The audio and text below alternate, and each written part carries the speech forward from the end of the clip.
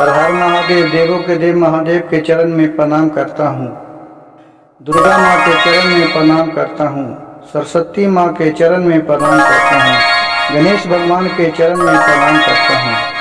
गुरु भाई गुरु बहनों के चरणों में प्रणाम करता हूँ। गुरु भाई गुरु बहन, राम का समय और आज का समय में क्या अंतर है। एक दिन शंकर जी और पार्वती जी दोनों घूमते घूमते मृत्यु भुवन पर आए। साधु का भेष बनाए हुए थे।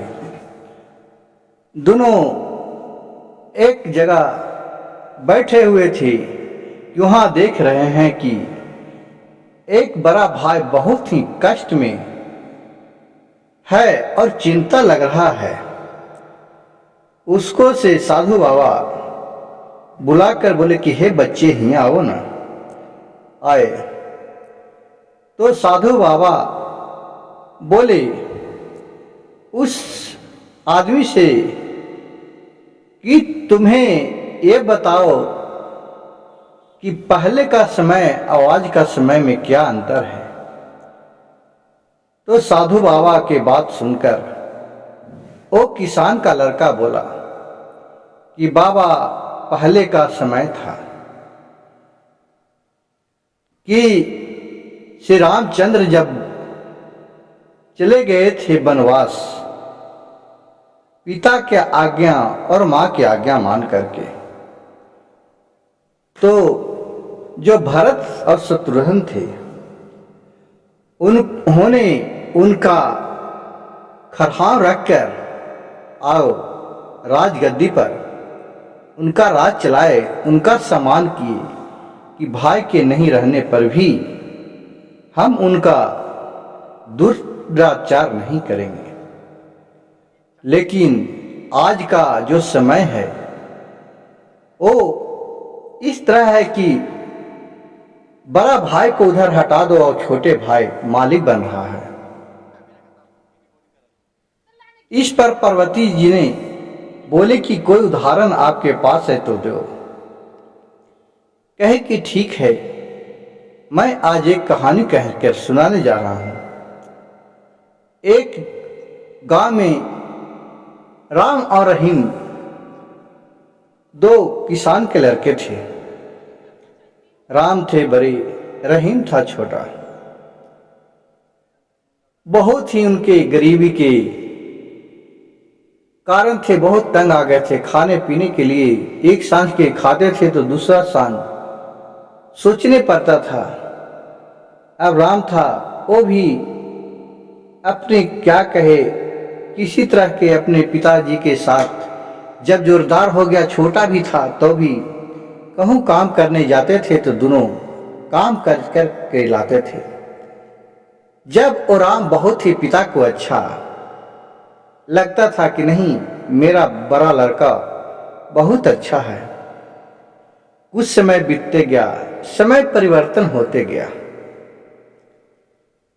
अब दोनों के शादी विवाह हो गया। शादी विवाह हो गया, हंसी खुशी सब रहने लगे। रहीम इतना था कि भाई से जल्दी मुंह नहीं लगाया करता था, लेकिन औरत के बात में आ आकर के वो भला बुरा रहीम को कहने लगा, राम को। राम चुपचाप सुनता रहता था, क्या करे।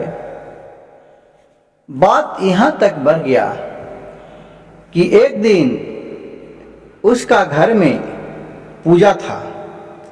पूजा बहुत भारी था, 8 दिन के लिए जाप करवा रहा था। तो जो रहीम के भाई है के बहू है, वो अपने भबू जिसे बर जेठ होते हैं, तो लोग पहले के जमाना में बर जेठ के सामने मुंह नहीं दिखाते थे, घूंघा टान के चलते थे। लेकिन गुरु भाई गुरु बहन, आज का जमाना में देखिए कि एक भबू भैंसुर को तो गाली गलौज मारने तक नहीं छोड़ रहा है, उसको मार पीट भी रहा है। बहुत सा आपको देखने को मिलेगा।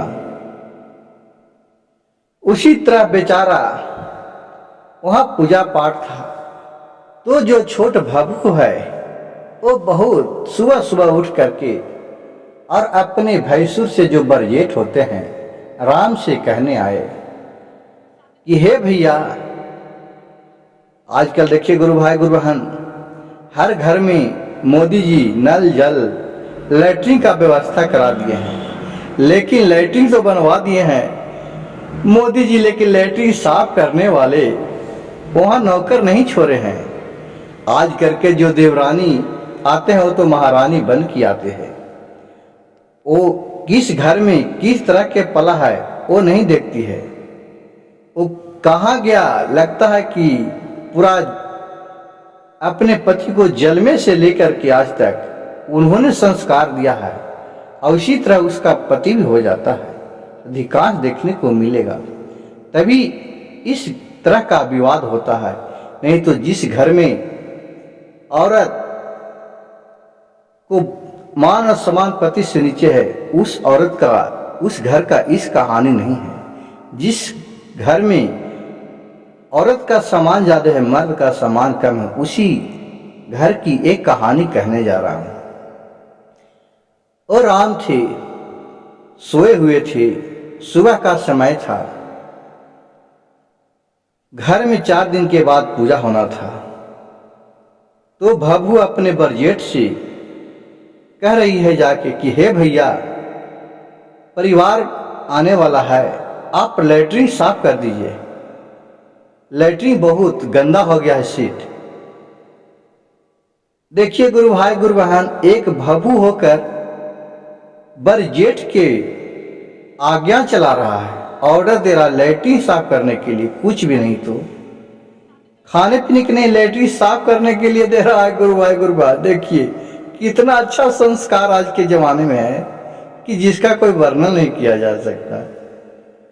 भैंसुर को जो राम था उसका बहुत ही अंदर से तकलीफ लगा, लेकिन वो कुछ बोला नहीं। बोला कि मैं आज स्नान नहीं करूंगा, मैं लैट्रिन नहीं साफ करूंगा, मैं स्नान करवे नहीं करूंगा। अपना चुपचाप बोल के और अपना चला गया बाजार के साइड। कुछ दिन बीतने के बाद वही छोटा भाई है रहीम, वो अपने भाई के बोल रहा है कि तुम तो औरत के चक्कर में रहता है, तुम तो मौगा आदमी है, तुम बहुत जो भाभी कहते हैं वो बात मानता है। उसका बर भाई ने जवाब दिया कि बाबू, ये तो तू बताओ कि तुम्हारे औरत हमको लैट्रिन साफ करने के लिए बोला और तुम हमें संस्कार सिखा रहा है। जब तुमको हम छोटा से बड़ा पढ़ाया लिखाया, आज इस युग तक बनाया, आज उत्तम तक बनाया, तुम्हें इंजीनियर बनाया, कलेक्टर बनाया, डीएम बनाया, हमें खुशी हुआ कि हमारे भाई यहाँ तक है। लेकिन तुम्हारे भभू और तुम में क्या संस्कार हुआ कि उस पर दबाव नहीं दे सकता है। तो बड़ भाई ने क्या बोला, छोटे भाई ने क्या बोला गुरु भाई गुरु बहन, देखिए कि जब लैट्रिन साफ करने के लिए आपको बोल दिए थे, कौन भारी बात बोल दिए। देखिए कितना संस्कार गिर गया है, कितना लोगों में अहंकार आ गया है।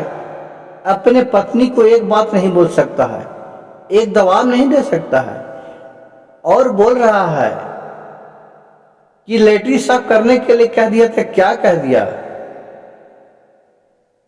तो बड़ भाई ने बोला कि बाबू, अगर तुम्हारे छोटा भाई रहता, उसका औरत अगर तुम्हें बोलता कि तू लैट्रिन साफ करो, तो कितना दिल में कचोट बुझाता।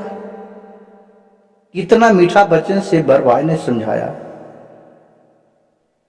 तो फिर देखिए रहीम ने क्या बोला कि भैया, जब उतना समझदारी ही रहता तो क्यों बोलता।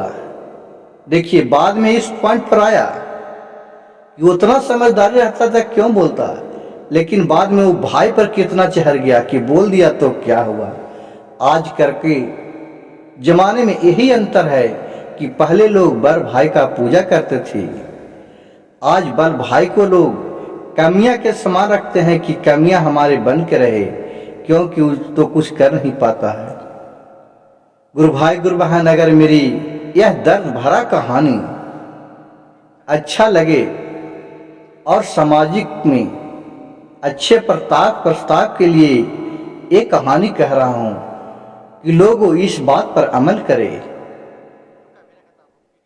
तो मेरी चैनल शिव भक्त सविता को एक लाइक, सब्सक्राइब और शेयर जरूर कीजिएगा और कमेंट में हर हर महादेव जरूर लिखिएगा।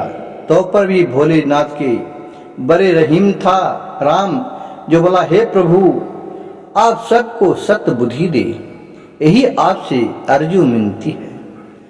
और